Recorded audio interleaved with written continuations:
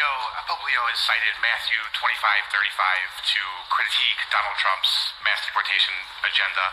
How would you respond to Poplio in Scripture? So you want me to give you a theological dissertation? All right, I'll tell you what, I'll post it on my website later today, but let me give you a quick summary.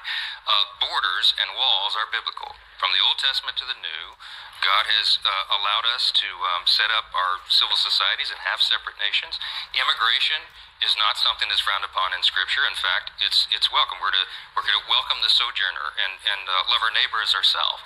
But what's also important in the Bible is that assimilation is expected and anticipated and proper. When someone comes into your country, comes into your nation, they do not have the right to change its laws or to change its society. They're expected to assimilate.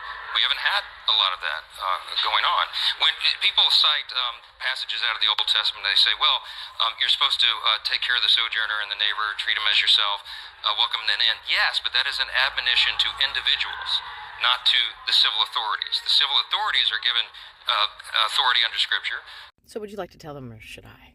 First off, the Geneva Conventions and the Geneva Bible, they kind of have something in common.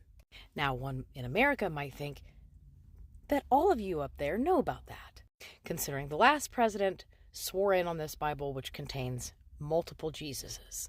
I mean, Kersey Graves' 16 saviors was not wrong. In fact, he was likely more accurate.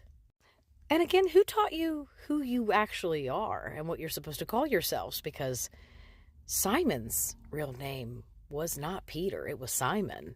And it's kind of not unusual that they would actually get rid of the penny this year, when pennies were how to pay Peter's pence. But didn't you want them to learn about that? Or the fact that some papables didn't even exist and they were actually unseated from the crown like Lauderbilt are. But that's what happens when you create your own reality from what seems to be based on complete fraud. Or how about you tell the Oneida people that?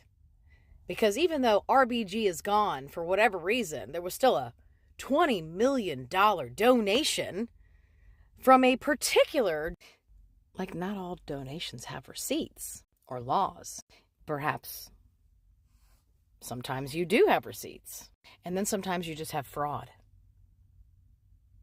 I mean, this guy should really resign for clearly lying to the people, because none of those gods or any of the other 18,000 gods, nobody has a land covenant with any god or goddess. I mean, Mr. Valla proved that.